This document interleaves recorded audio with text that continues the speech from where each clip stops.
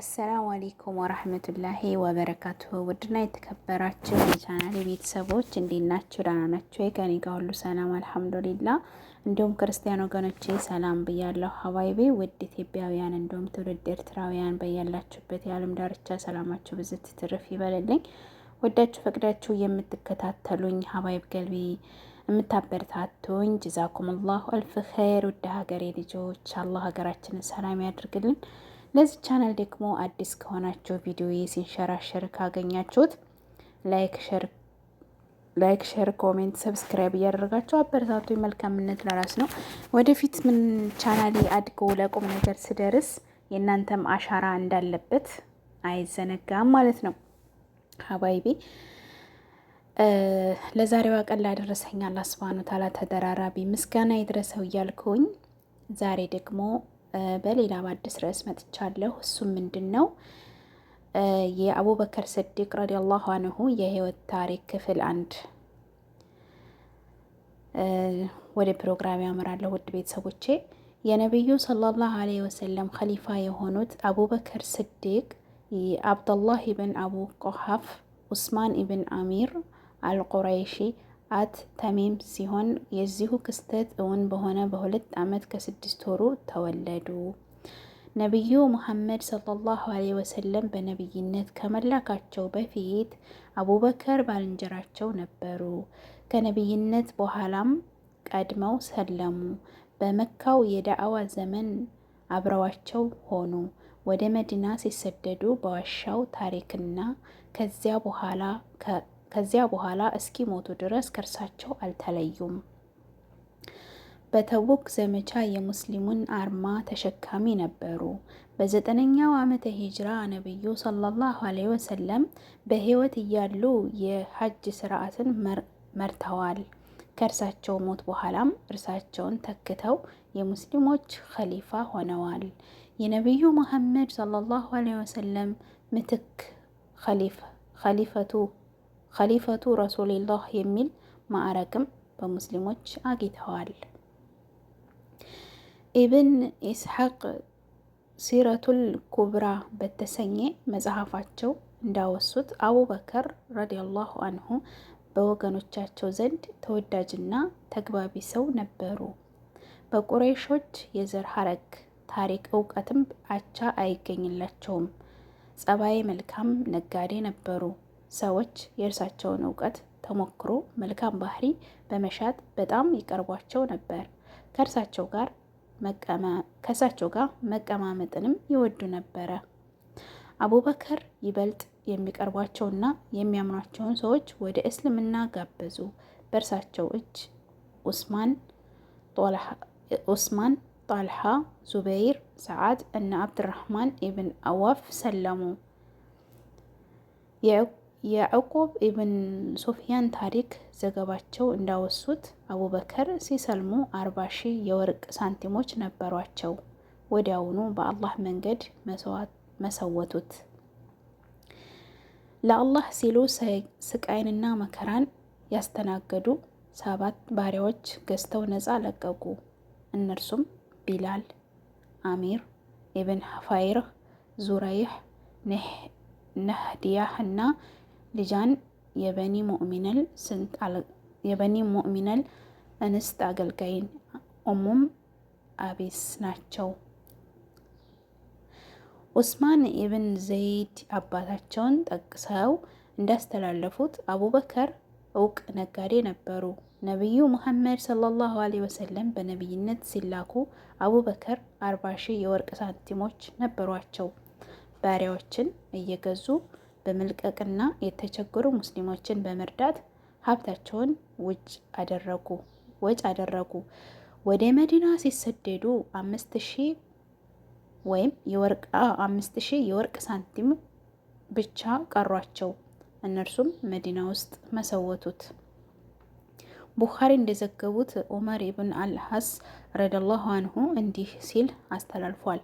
የአላህ መልእክተኛ ሆይ እርስዎ ዘንድ ይበልጥ ተወዳጅ ሰው ማን ነው? በማለት ጠየቃቸው። አይሻ አሉኝ። ከወንዲስ አልኳቸው። አባቷ አሉኝ። ቀጥሎም ሌሎች ሰዎችን አወሱ። አብዱላህ ኢብን ጃፈር ረዲየላሁ አንሁ እንዲህ ብሏል። ወዳጃችን አቡበከር መልካም እጅግ ሩህሩህና አዛኝ ኸሊፋችን ናቸው። ኢብራሂም አን-ነህሊ እንዲህ ብሏል። አቡበከር በጣም አዛኝ ስለነበሩ አዋህ ተብለው ተጠሩ። በ11ኛው ዓመተ ሂጅራ ወርሃ ጀማዱል ኡላ ሰኞ ቀን በ33 ዓመት ዕድሜያቸው ይህችን ዓለም በሞት ተሰናበቱ። ባህሪያቸውና ስብዕናቸው በጃሂል ዘመን ከቁረይሾች መሃል በዘር ሐረግና በታሪክ እውቀት ወደር አይገኝላቸውም። ውጤታማ ነጋዴም ነበሩ። መልካም ባህሪና በችሮታ ይታወቃሉ። ወገኖቻቸው ይወዷቸዋል።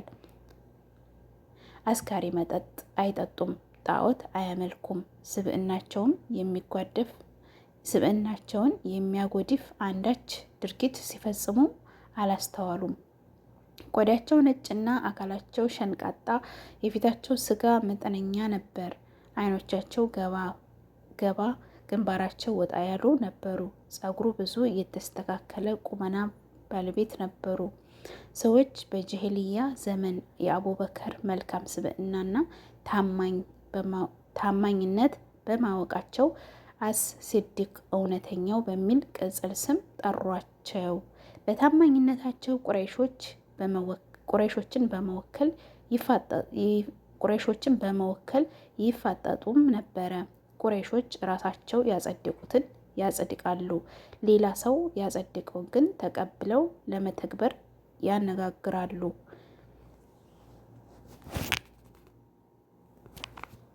ኢስላምን መቀበላቸው ከነቢያት በፊት የመልእክተኛው ሰለላሁ ዐለይሂ ወሰለም ባልደረባ ነበሩ። አላህ ነቢዩን ሰለላሁ ዐለይሂ ወሰለም በመልእክተኝነት ሲያልቃቸው ወደ እስልምና መጀመሪያ የጋበዙት አቡበከርን ነበር። እርሳቸውም ሳያመነቱ እስልምናን ተቀበሉ። የአላህ መልእክተኛ ሰለላሁ ዐለይሂ ወሰለም ይህንን በማስመልከት ሲናገሩ የትኛውም ሰው ወደ እስልምና ስጋብዘው ይከብደዋል፣ ለመቀበልም ያመነታል አቡበከር ሲቀር። እርሱ ግን ወዲያውኑ እንደጠራሁት ሳያመነታ ተቀበለኝ። ሲረት ኢብኑል ሂሻም የሱ ዘገባ ነው ይሄ። በተለያዩ ዳዕዋ እርከኖች ውስጥ ከአላህ መልእክተኛ ሰለላሁ ዐለይሂ ወሰለም ሳይነጠሉ አስፈላጊውን ሁሉ እገዛ ያደረጉላቸው ለአምላክና ለነቢዩ ሰለላሁ ዐለይሂ ወሰለም ጥሩ አማኝ፣ ለሃይማኖታቸው ቀናኢ ሆነው ኖረዋል። በዚህ ሂደትም የነቢዩ ሰለላሁ ዐለይሂ ወሰለም የስደት ጉዞ ተጋሪ፣ የዋሻ ውስጥ ባልደረባ እንዲሆኑ ያስቻላቸውን በርካታ መከራዎች አስተናግደዋል። ገንዘባቸውን ሁሉ ለእስልምና ዳዕዋ ሳይሰስቱ ችረዋል።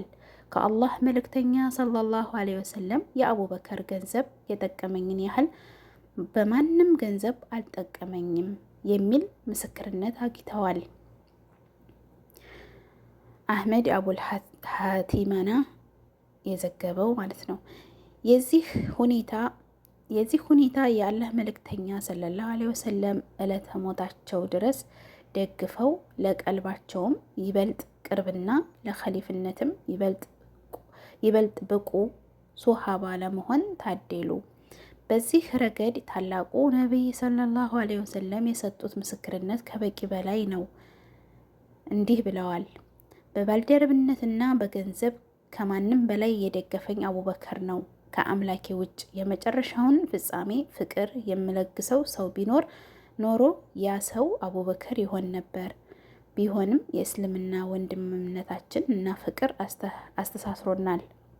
ቡኻሪ፣ ሙስሊም፣ ተርሚዚ ዘግበውታል።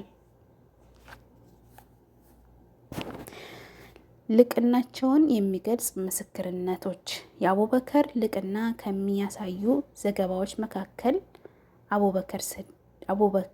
መካከል አቡ ሰዒድ ረዲየላሁ አንሁ ያስተላለፉት ይገኙበታል። እንዲህ ብሏል። ከዕለታት አንድ ቀን የአላህ መልእክተኛ ሰለላሁ ዐለይሂ ወሰለም አላህ አንድ ባሪያውን ከዚች ዓለም ሕይወቱንና ከእርሱ ዘንድ ካለው ጸጋ ሲያስመርጠው ሲያስመርጠው ከአላህ ዘንድ ያለውን መረጠ በማለት ሲናገሩ አቡበከር አለቀሱ። ለቅሷቸውም አስገረመን። ለካስ ምርጫ የሰጣቸው መልእክተኛው ሰለላሁ ዐለይሂ ወሰለም ኖሯል። አቡበከርም ከማንኛውም ቀድሞ ይህንን ተረድቷል። መልእክተኛው ሰለላሁ ዐለይሂ ወሰለም እንዲህ ብለዋል። ኢነመን መናሲ ዐለ ፊ ሳሕበቲ ወማ ለሁ አበበከር ወለው ኩንተ መተኸዘ ኸሊለን ገይረ ረቢ ለተኸዘት አበበከር ወለኪነ أخوات الإسلام ومودة لا يبقين في المسجد بابا إلا شد إلى باب أبا بكر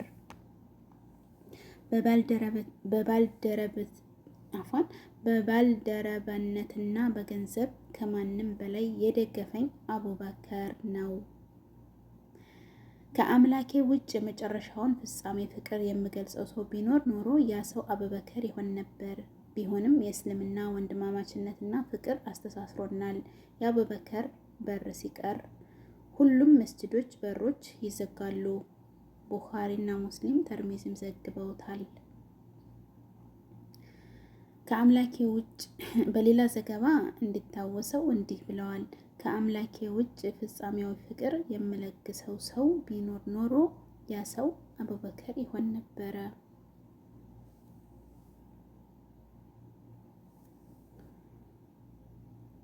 ይህም ሆኖ ወንድሜና ባልደረባዬ ነው። አላህ ባልደረብነታቸውን ፍጻሜያዊ ወዳጅ አድርጎታል። ቡኻሪና ሙስሊም ተርሚዝም ዘግበውታል።